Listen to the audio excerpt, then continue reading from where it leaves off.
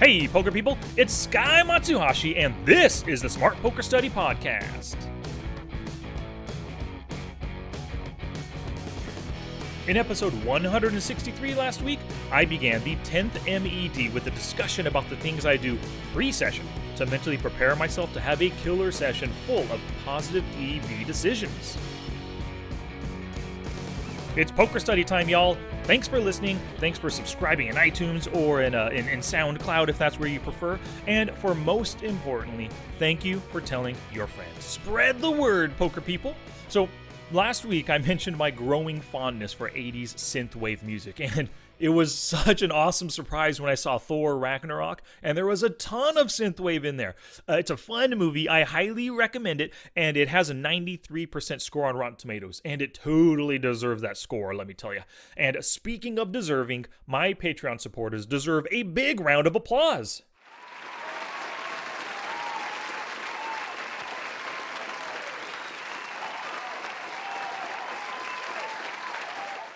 Y'all just supported me for another month, and I'm super appreciative of that. Thank you from the bottom of my heart. I love putting the show together for y'all from week to week. My time in putting the show together comes from your support on Patreon. So thank you very much to my newest patron, Charles Ogle. Thank you, Charles. Your Patreon support shows me that you enjoy the show and that you want it to continue.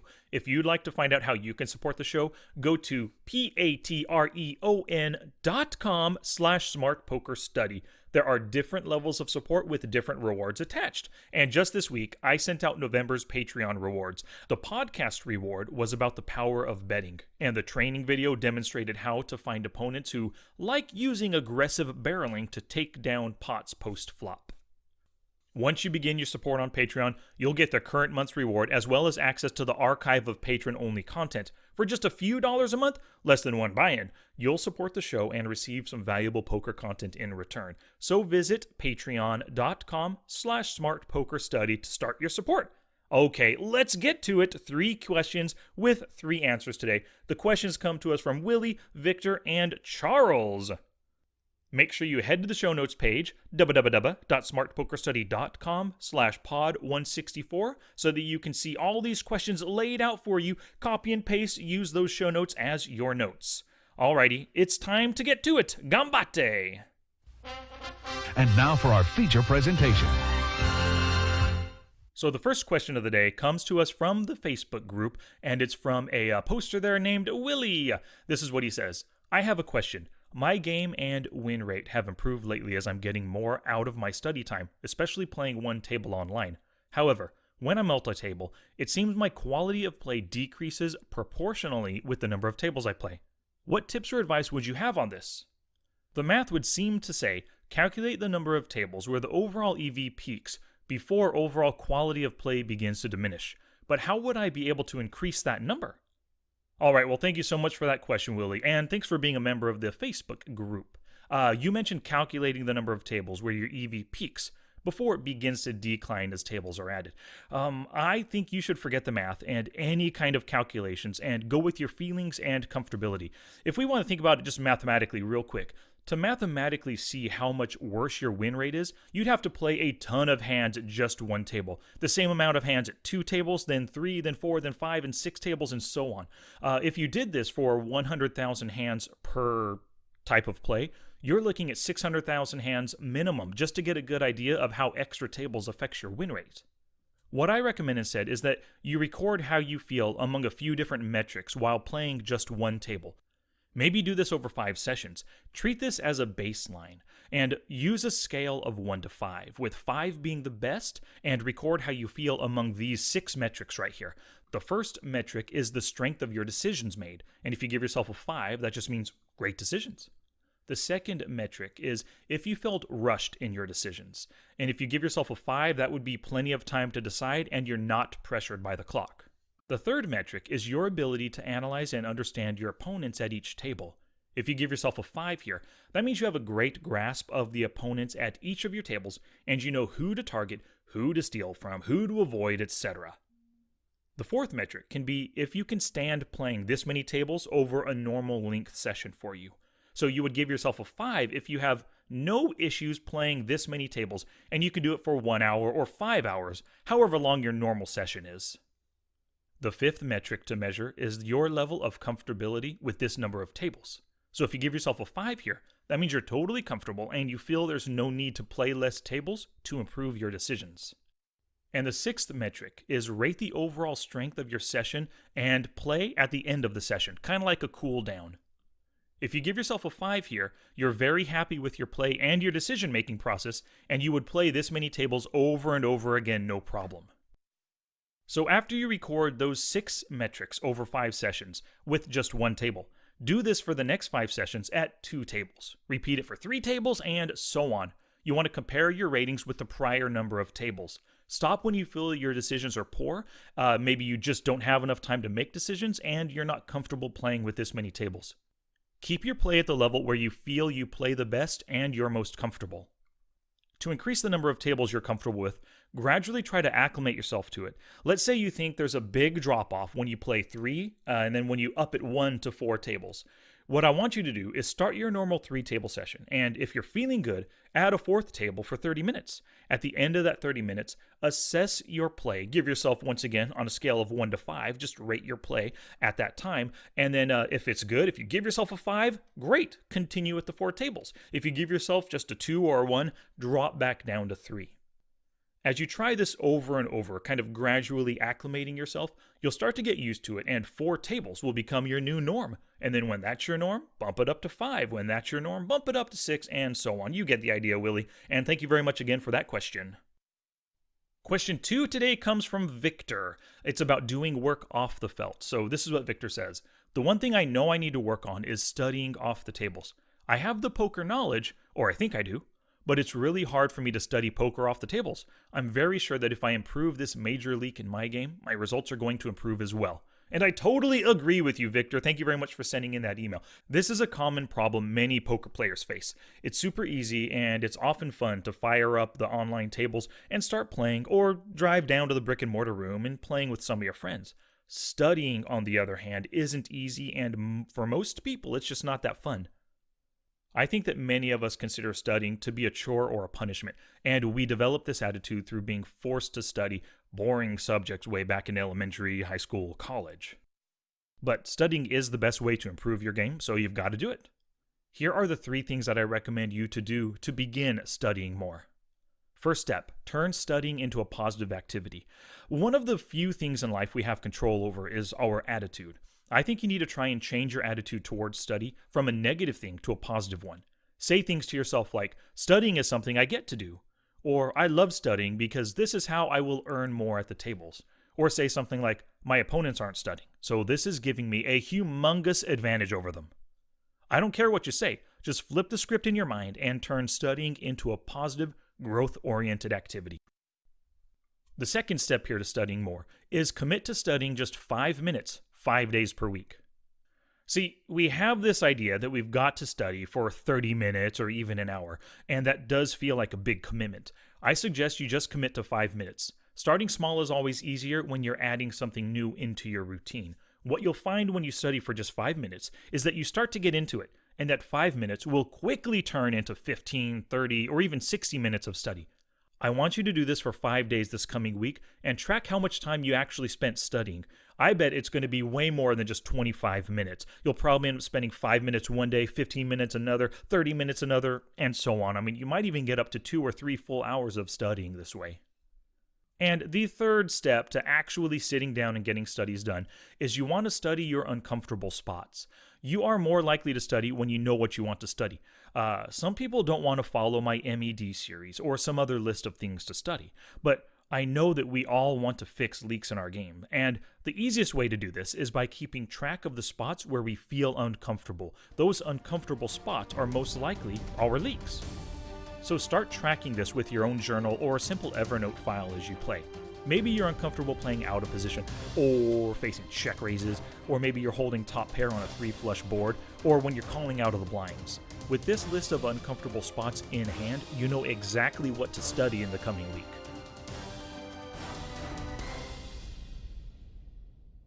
Today's podcast is brought to you by Audible. Get a free audiobook download and a 30-day free trial at audibletrial.com/smartpokerstudy. They have over 180,000 titles to choose from for your iPhone, Android, Kindle, or MP3 player, including both of my books, How to Study Poker Volumes 1 and 2.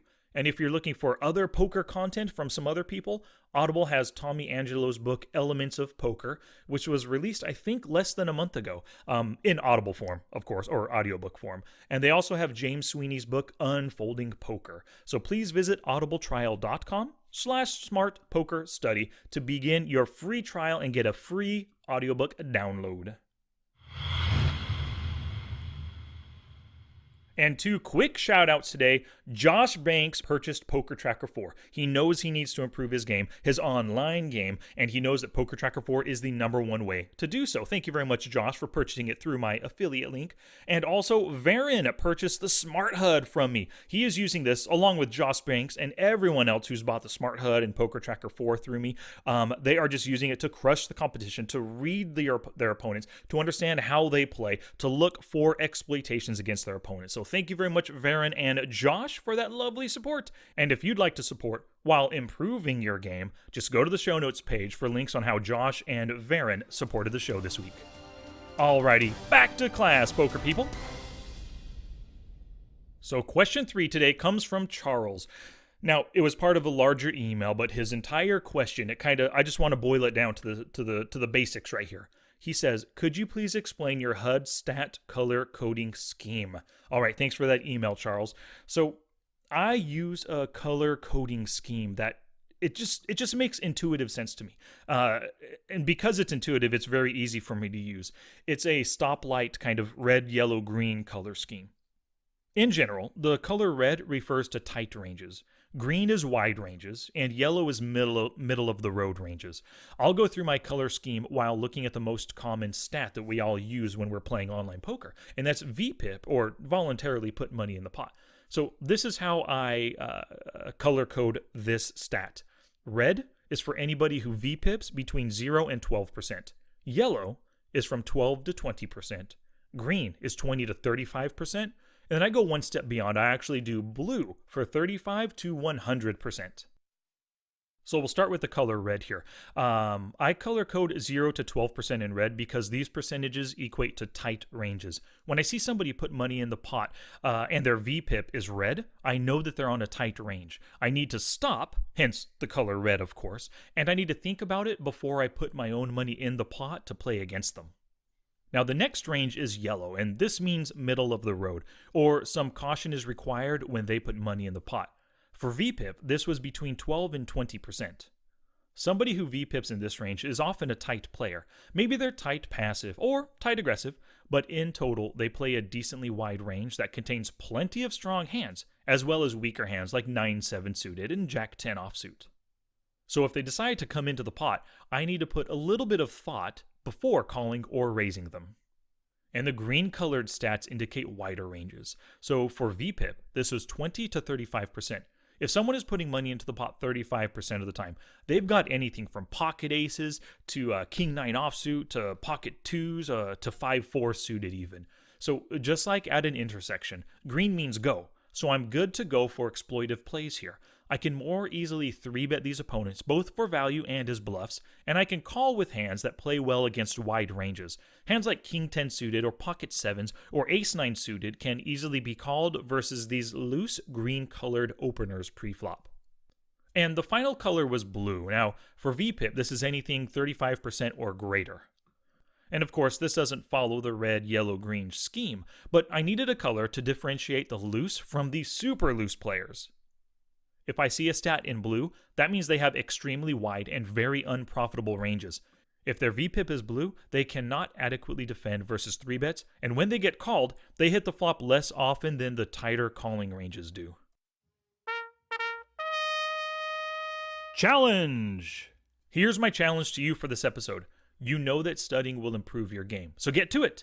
Most of us don't study enough. So if you put in 2 or more hours per week, I bet you're doing 95% more than most of your opponents.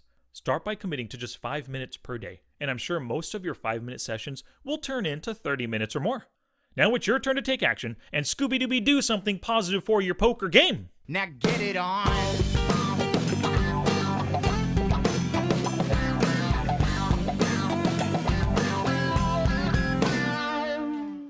This episode isn't complete until you head to the show notes page at www.smartpokerstudy.com/pod164. You can go there for screenshots and links to everything discussed today, and to find ways to support the podcast and keep me keeping on.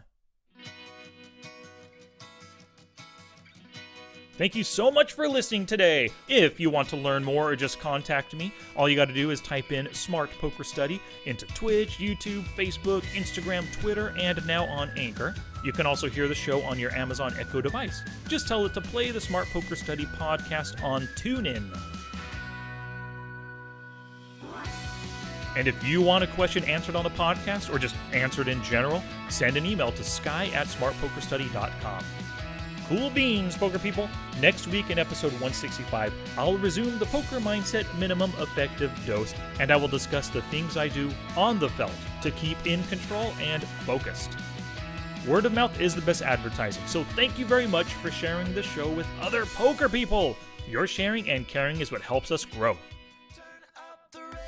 Until next time, study smart, play much, and make your next session the best one yet.